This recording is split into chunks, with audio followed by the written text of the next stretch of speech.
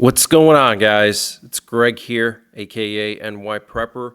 It is Tuesday, May 27th, 2025, and I have an emergency alert to share with you guys. Right now it is 1300 Eastern Time here in the United States, and we have some major breaking news coming in related to the Ukraine war.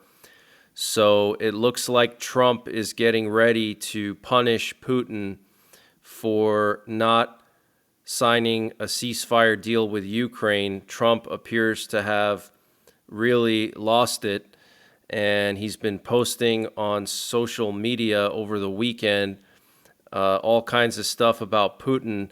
So I want to update you on that, but it does look like Trump is about to impose sanctions on Russia and lift all restrictions on U.S. weapons in Ukraine. Okay, so there will not be any restrictions on U.S. weapons used by Ukraine. This is coming in from various sources.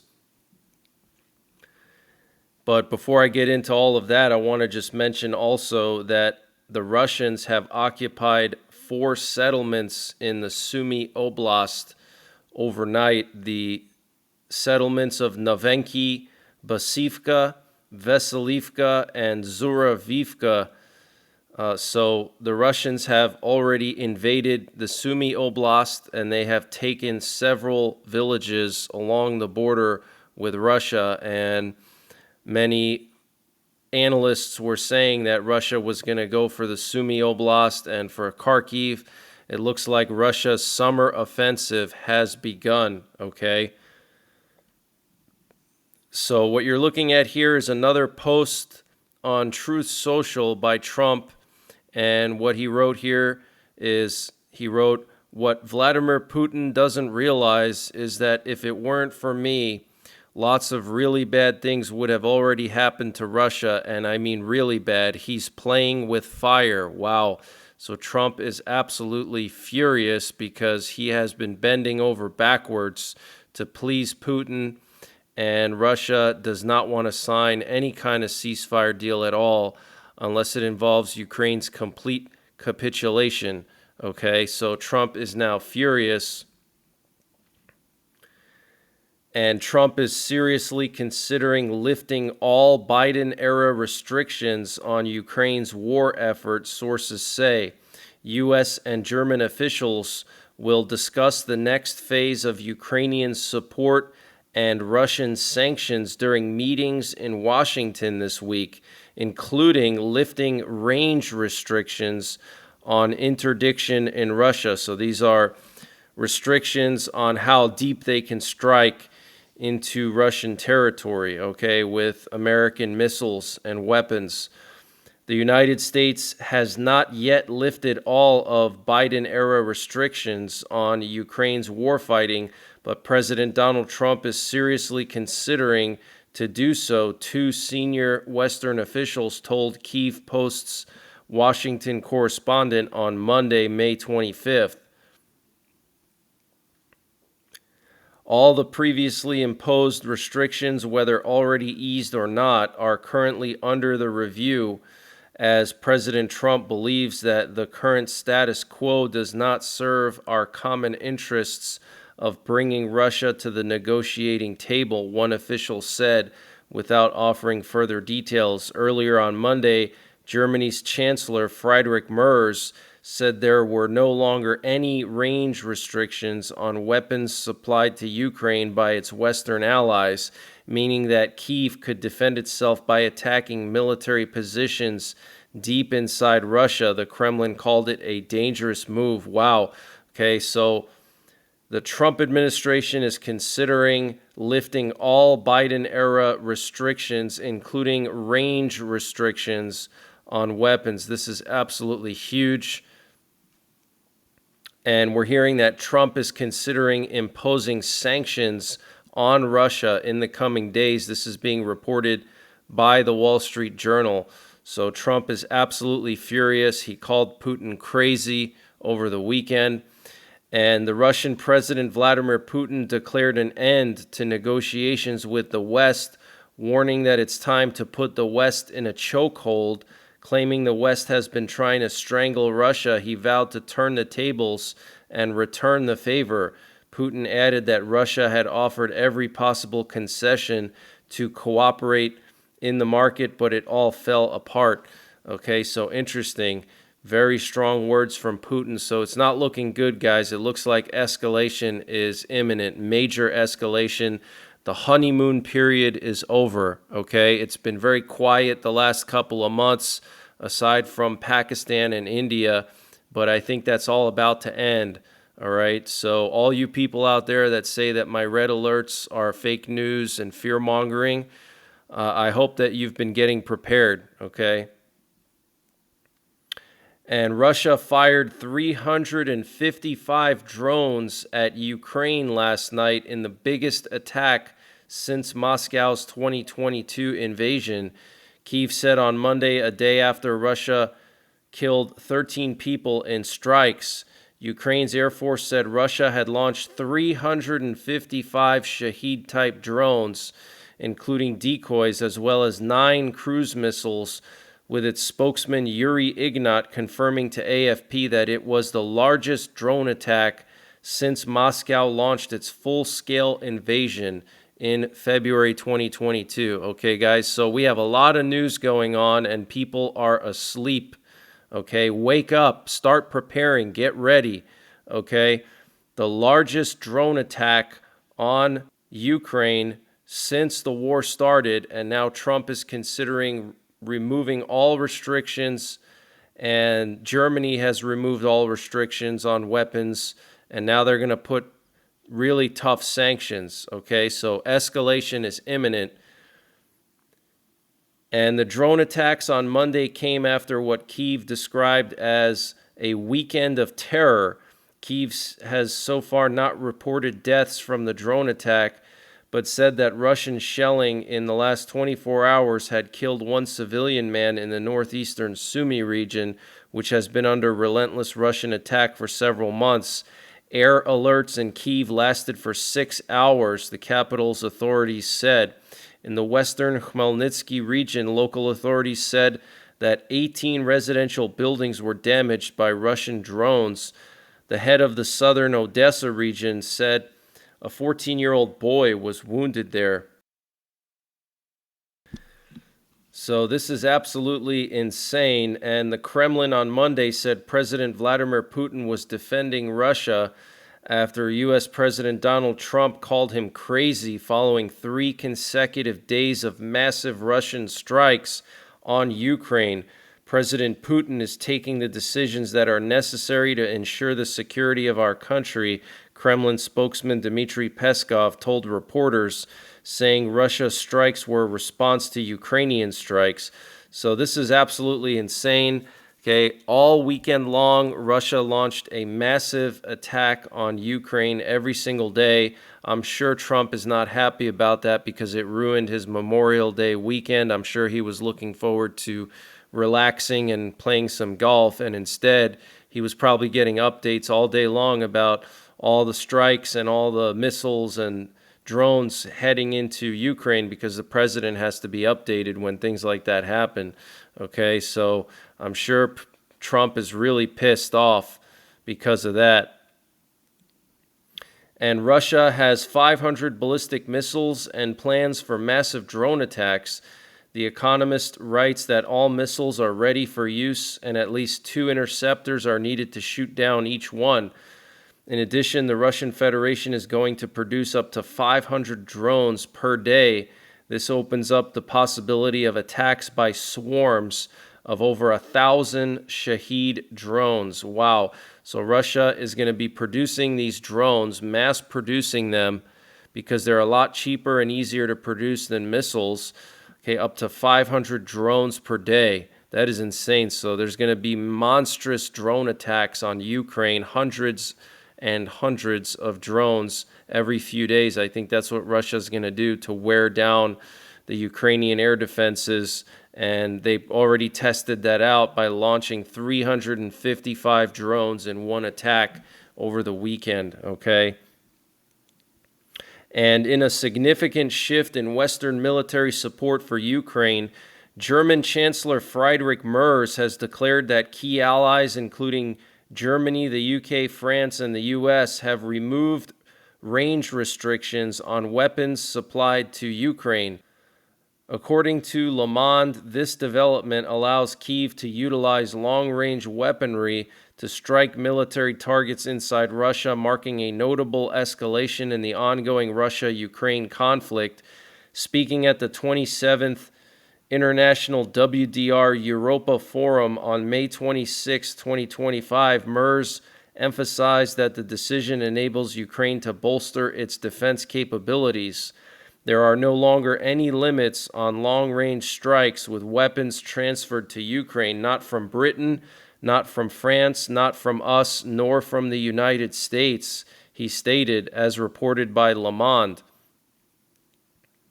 He further noted this means that Ukraine can now defend itself, for example, by attacking military positions on Russian territory. Until now, it was not able to do that. The German Chancellor highlighted the contrast between Ukraine's targeted strikes on military facilities and Russia's attacks on civilian infrastructure, including cities, kindergartens, hospitals, and care homes. While Merz did not confirm whether Germany would now supply its Taurus missiles capable of striking targets 500 kilometers away, he had previously signaled support for such deliveries before taking office, provided they were coordinated with allies. Wow. So the West has basically lifted all range restrictions on weapons to Ukraine, according to Friedrich Merz, and we're hearing that Trump is considering lifting all restrictions. Okay, so this is huge news. And Germany's Chief of Defense, Carsten Brewer, has instructed the German military to ensure it is fully supplied with weapons and other materials by the year 2029. By 2029, Russia may have reconstituted its forces significantly to attack NATO territory, according to estimates by Brewer and other senior military officials at NATO. And I think the attack would be much sooner than 2029.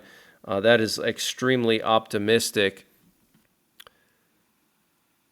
And the German newspaper Bild is reporting that large numbers of Polish and Lithuanian residents near the Suwałki Gap are relocating and leaving, basically like a soft evacuation, because they're concerned that this is going to be a war zone in the coming months. Okay, the Suwałki Gap is a borderlands between Poland and Lithuania, and it's between Kaliningrad and Belarus. Kaliningrad is part of Russia. Belarus is friendly to Russia. So the concern is that Russia will come in and try to make a land bridge to Kaliningrad. So this whole area will become a war zone, essentially. So Bild is reporting that Polish and Lithuanian residents near the Suwałki Gap are moving out and relocating. Okay, absolutely insane. And for some reason, we had a large number of Polish Air Force cargo planes fly to southern Finland. They flew from various areas of Poland, and they all went to Utti. I don't know if I'm saying that right, UTTI. Okay, I don't know if there's a base there or something, but several Polish military cargo planes flew to Utti in southern Finland over the weekend, and some of them came from Powice Air Base, which is where a lot of American bombers and fighter jets are stationed in northwestern Poland. That's actually where a B-2 stealth bomber was stationed for a short period of time, and some F-22s were stationed there during the beginning of the Ukraine war. So they were obviously moving some high-value assets to southern Finland from Powice. Okay, so here you can see two of them going to Finland and returning, and then here were like four of them that went up to Finland and then came back. So very, very concerning. And Iran threatened to strike Israel. Major General Mousavi, the commander-in-chief of Iran's army, said on Monday that Tehran is fully ready for another aerial strike, calling it a justified response to perceived Israeli aggression. He used the codename True Promise to describe Iran's direct attacks, echoing terminology previously employed during prior strikes. The warning came just as U.S. Homeland Security Secretary Kristi Noem visited Israel to brief Prime Minister Benjamin Netanyahu on the status of U.S.-Iran nuclear talks. So Iran threatening Israel with another true promise. And the Iranian foreign minister warned that any new conflict waged against Iran would ignite a catastrophe across the entire Middle East. If war breaks out in the region, all countries and the entire region will be harmed, Arghachi said on Sunday in a stark message delivered during a meeting with members of Iran's Parliamentary Committee on National Security and Foreign Policy. While welcoming proposals to establish a regional uranium enrichment center, he stressed that uranium enrichment must also continue inside Iran. He insisted Tehran remained committed to dialogue. We have not and will not abandon the negotiating table and will continue diplomacy, adding, we will not negotiate under pressure. Our diplomacy is smart and will continue only with regard to the nuclear file. Interesting. So, strong words coming from various Iranian leaders, okay? This is not looking good in Iran. And we have some breaking news coming in that apparently Netanyahu and Trump had a tense phone call regarding Iran recently. Apparently, Netanyahu urged Trump to consider military action against Iran, that he prefers pursuing a diplomatic solution with Iran over bombing. Interesting. And we had a 4.9 magnitude earthquake in Iran this morning in the province of Kagiluhi and Boyer Ahmad. Very, very concerning. So they could have potentially tested some kind of weapon. Okay, very, very concerning. Probably a nuclear warhead. Okay, a 4.9 is really strong. And Trump is reportedly expected to announce a ceasefire in Gaza within a few days as part of a deal that includes the release of Israeli hostages. This is being reported by Sky News Arabia. So guys, just make sure you're continuing to prepare yourselves physically, mentally, and spiritually. Okay, things are really starting to escalate. And here you can see some E-3 sentries going to the Baltics. This is right now, this afternoon, one NATO E-3 sentry over northwest Poland, and then one coming down from Norway to the Baltics. This is a very unusual time. Okay, in the middle of the day here in the U.S., you typically don't see AWACS planes in the Baltics. They usually come up later on in the day over here. So that would be like morning time over there. So unusual timing for this. And we also had a U.S. Navy P-8 Poseidon sub-hunter linger in the Black Sea yesterday, and it was flying really close to the Kerch Bridge. So probably collecting intelligence on the Russian Navy and on the Kerch Bridge and sending it to Ukraine. It looks like Ukraine is probably going to be striking Crimea and Novorossiysk, which is where Russia has their Black Sea fleet now. They used to have it in Sevastopol, and they moved it to Novorossiysk. Okay, so this could be part of Trump's retaliation against Putin. And Mount Kilauea in Hawaii erupted yesterday, spewing 1,000-foot-tall columns of lava. The USGS Hawaiian Volcano Observatory said the eruption began at 4:15 p.m. on Sunday, Hawaii Standard Time, in the north vent of Halima-Uma, a pit crater of Kilauea. An hour later, the south vent started agitating, spewing lava fountains of about 230 feet, while lava fountains from the north vent are exceeding 1,000 feet in height, the agency said. That is absolutely insane. And we have some sad news. The Duck Dynasty star Phil Robertson died yesterday at the age of 79. Very, very sad. And then we also had some U.S. VIP planes fly from Israel and Cyprus to Poland for some reason. I don't know if this was Kristi Noem making a stop in Poland or what, but this is very interesting. But that's the latest breaking news that I have. I'll be back later on with more updates, but get prepared. Things are really escalating in Ukraine. Trump is about to sanction the hell out of Russia and lift all restrictions on Ukraine weapons. I'm sure he's going to give Ukraine more weapons too, to punish Putin for not signing the ceasefire deal. Okay, so, and then Iran threatening Israel. So it's not looking too good. And until the next time, take care, God bless, and don't forget the 3 Ps: prepare, practice, and persevere. And before I continue with the breaking news, I wanted to mention the sponsor for this update, which is My Patriot Supply. Guys, My Patriot Supply has brought back their $200 discount on their 3-month emergency food supply.